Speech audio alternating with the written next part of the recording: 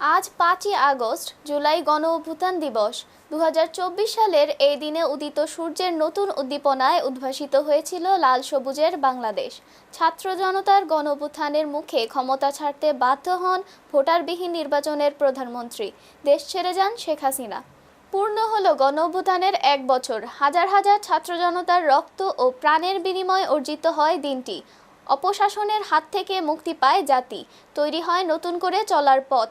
একটি সরকার বা একজন শাসকের পতনের জন্য কত শত মা বাবা, স্বামী স্ত্রী, ভাই বোন ও সন্তান, বন্ধুবান্ধবের অশ্রুসিক্ত ভালোবাসায় প্রশান্তির পথ চলা খুঁজে পেয়েছে বাংলাদেশ, যা কারো দয়ায় আসেনি।